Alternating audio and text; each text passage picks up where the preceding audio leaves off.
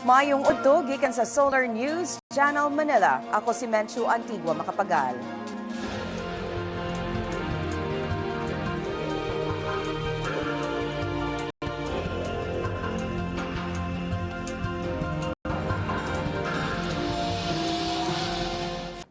Dulaan sa 200 na katawo ang namatay tungod sa linog sa Kabisayan sa miaging semana.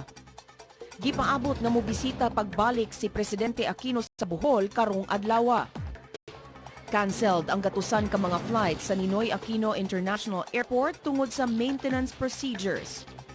O girakrakan ang balay sa upat ka mga kandidato sa barangay election sa Pagadian City ni atong Domingo ug Lunes. Milusad sab sa ilang relief campaign alang sa mga biktima sa linog sa Bohol ang Xavier University kun Ateneo de Cagayan University. Si Cheng Ordonez sa detalye. Cheng? Yes, Menchu. Human sa ilang relief campaign alang sa mga Sambuangueños, ning higayuna ang mga Boholanos na usab ang buot tabangan sa Xavier University kun ang Ateneo de Cagayan University. Gilusad sa universidad ang ilang tabang Bohol Relief Operation pinaagi sa Kristohanong Katilingban sa Pagpakabana Social Involvement Office, gilusad niya itong Lunes ang relief operation. Mga relief goods o monetary donations dawaton sa Xavier pinaagi sa mga designated areas. Panahon sa free time, mga volunteer students o patingog sa ilang mga wisas o wangwang gawas sa Xavier University premises aron pagkuha sa atensyon sa mga lumalabay na donors. Menchu. Daghang salamat, Cheng Ordonez, reporting gikan Cagayan de Oro City. Mga trabahante sa Cebu ug Bohol kinsa nawad-an og trabaho tungod sa linog sa miaging semana, mahimong mo apply alang sa bakanting local ug overseas jobs. Si Justin Vestil sa detalye. Justin? Yes, Menchu, giauhag sa Department of Labor and Employment ang mga trabahanting nawadan og trabaho tungod sa linog sa miaging semana sa pag-apply alang sa local ug overseas job openings karon. Matud ni Labor Secretary Rosalinda Baldos, adunay 5,193 ka local job openings ug 3,365 overseas job vacancies nga kasamtaman makit-adlaw diha sa job search website nga PhilJobNet. Ang PhilJobNet mao ang job search o job skill matching online website sa gobyerno. Si Baldos bibisita sa Sugbo kagahapon aron pagsusi unsay matabang sa dole alang sa mga apektadong trabahante sa Central Visayas. Matud ni Baldos, kadaghanan sa job vacancies naglakip sa customer service and technical assistants, counter clerks, driver couriers, food servers, factory workers o guban pa. Gibutyan sa ni Baldos ang mga overseas job vacancies naglakip alang sa air condition technicians, cake decorators, general carpenters, civil engineers, cooks o crane operators alang sa mga nasod sa Middle East o Canada. Gimanduan na ni Baldos ang mga regional labor related agencies paghimo og job fair sa mga dapit nga apektado sa linog. Mencho? Daghang salamat, Justin Vestil, reporting gikan Cebu City. Sa pagbalik sa Solar News Cebuano, kanselado ang gatusan ka flight sa naiya tungod sa maintenance procedures. Ang detalye sa among pagbalik.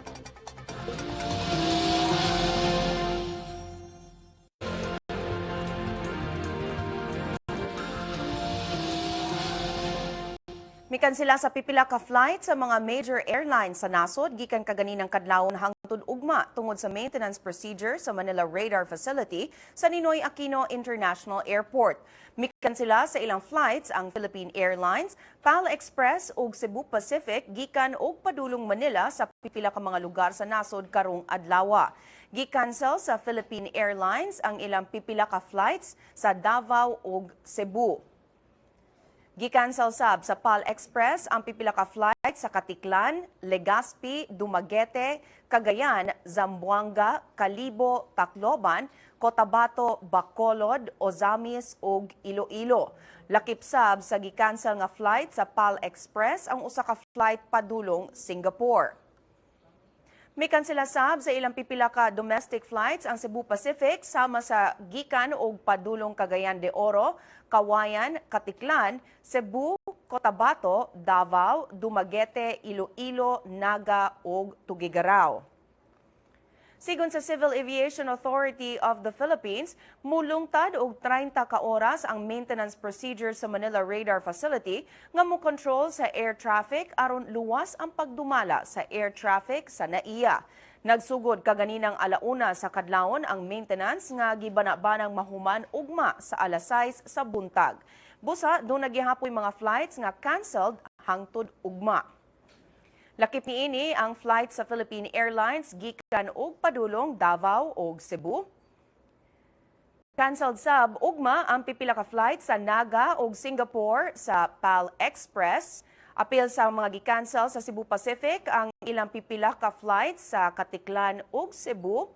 Hinuon matod sa PAL Express ug Cebu Pacific, mamahimong i-refund sa mga apektadong pasahero ang ilang nagasto sa flight o dili baka i-rebook kini nga walay penalty. Aniyan ang front pages sa mga pamantalaan sa Sugbo. Sa Sunstar Cebu, gibutsyag sa DepEd nga kinahanglan ayuhon ang kapin 2,000 ka classroom sa Central Visayas nga naguba tungod sa linog. Sa Sunstar Super Balita, gipusil og namatay ang nag-hostage sa usa ka dalagita sulod sa barko sa Sugbo. Sa Cebu Daily News, nangita na karon og temporaryong kabalhina na ang Cebu City Regional Trial Court human nadaot ang ilang buhatan tungod sa linog. Ug sa The Freeman, nasuta sa mga geologists nga natunga ang isla sa Bohol tungod sa fault nga hinungdan sa linog. Sa pagbalik sa Solar News Cebuano, andam na ang Davao City alang sa umaabot nga barangay elections. Ang detalye sa among pagbalik.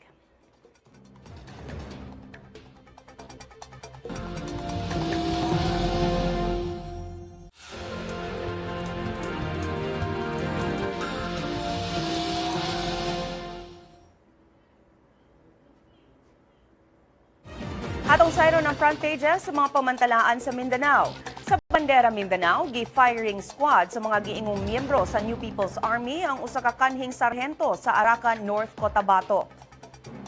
Sa Mindanao Daily, Northern Mindanao, gibutsyag sa usa ka konsehal sa Cagayan de Oro City nga overpriced ang mga napalit nga handheld radio sa syudad.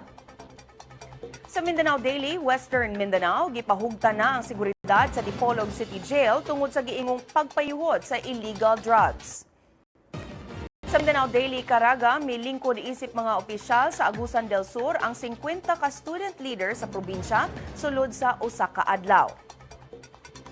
Ug sa Mindanao Daily Davao, giauhag sa National Food Authority sa Davao City ang hiniusang aksyon patok sa rice smuggling sa syudad. Sukad pagsugod sa barangay election period, nakarecord na ang Philippine National Police og dili menos sa 20 ka politically motivated incidents lukop nasod. Nag-una sa labing daghan og insidente ang Rehiyon 5 ug ang Autonomous Region in Muslim Mindanao tungod sa tulo ka pagpamusil. Sa web post sa Public Information Office sa PNP diha sa ilang official page, walay gitahong politically motivated incident sa mga rehiyon 3, 4A, 4B, 9, 12 ug 13. Sa 20 ka insidente, usa lang ang pagpanunggab samtang pagpamusil ang kadaghanan. Miabot sa 36 ang biktima sa mga hitabo. Hinuon matod sa hepe sa Public Information Office sa PNP, Senior Superintendent Ruben Theodore Sindak, ang maong gidaghanon mas ubos kaysa sa gidaghanon sa politically motivated incidents sa katapusang napulo ka tuig. Mihangi si City Mayor Maria Isabel Climaco Salazar ngadto sa mga mulupyo sa Barangay Santa Barbara nga hatagan siya hangtod sa Lunes paghukom kung mahimo na bang mubalik sa ilang panimalay ang mga mulupyo nga anaa sa conflict zone. Giputol sa mayor ang iyang site inspection sa Barangay Santa Barbara kagahapon dihang 200 ngadto sa 300 ka mulupyo nag-atang kaniya gawas sa conflict zone. Nagtuo ang mga mulupyo nga human sa site inspection sa mayor, mahimo na silang makasulod og balik sa ilang tagsa-tagsa kabalay. Apan matod sa mayor, dili paandam balikan sa mga mulupyo ang lugar, hangtod nga maandam ang tubig ug electrical connection sa dapit ug makuha ang tanang debris nga nabilin sa panagsangka sa militar ug Moro National Liberation Front Military Faction. Giandam pa sa Crisis Management Committee ang guidelines alang sa re-entry sa mga evacuees ngadto sa ilang Pinoy-anan. Kung buot ninyo matanaw pag-usab ang episode karon sa Solar News Cebuano, i-like ang among Facebook page, Solar News Cebuano. Bisitahi sa ang among website, www.solarnews.ph.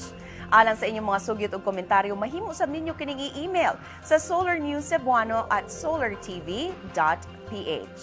Og mao kadto ang Solar News Cebuano hangtod ugma puhon. Ako si Menchu Antigua Makapagal. Daghang salamat ug maayong hapon.